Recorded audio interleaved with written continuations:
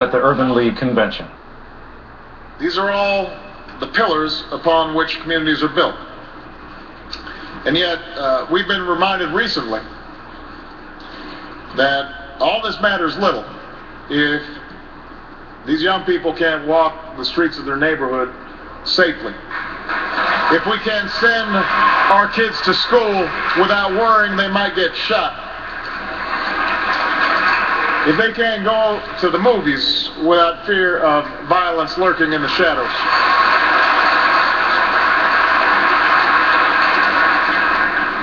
Our hearts break for the victims of the massacre in Aurora. We pray for those who were lost, and we pray for those who love them. We pray for those who are recovering with courage and with hope.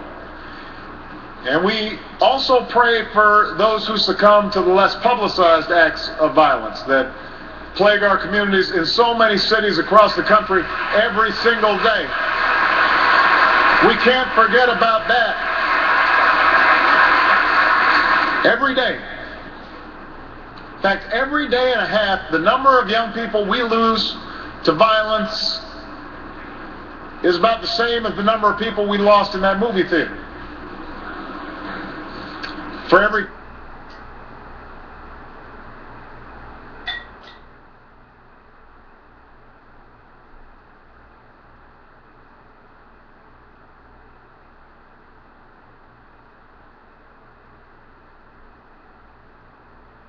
Milwaukee or Cleveland.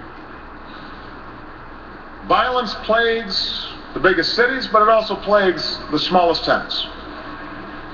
It claims the lives of Americans of different ages and different races, and it's tied together by the fact that these young people had dreams and had futures that were cut tragically short. And when there's an extraordinarily heartbreaking tragedy like the one we saw, there's always an outcry immediately after for action. And there's talk of new reforms, and there's talk of new legislation. And too often, those efforts are defeated by politics and by lobbying, and eventually by the pull of our collective attention elsewhere.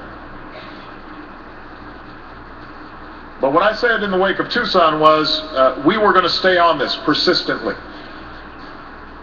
So we've been able to take some actions on our own, recognizing that it's not always easy to get things through Congress these days. The background checks conducted on those looking to purchase firearms are now more thorough and more complete.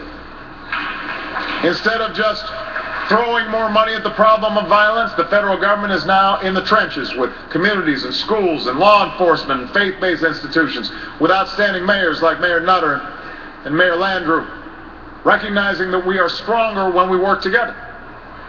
So in cities like New Orleans, we're partnering with local officials to reduce crime using best practices. And in places like Boston and Chicago, we've been able to help connect more young people to summer jobs so that they spend less time on the streets.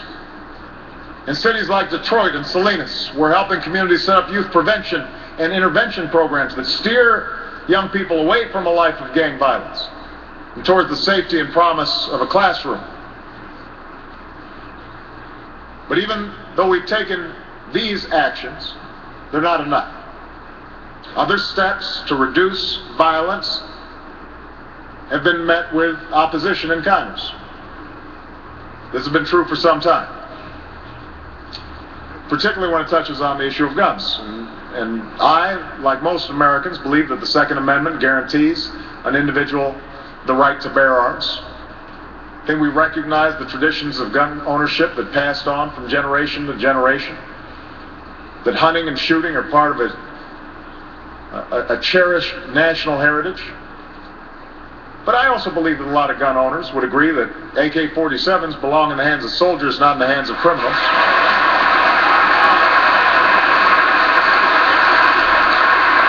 That they belong on the battlefield of war, not on the streets of our cities.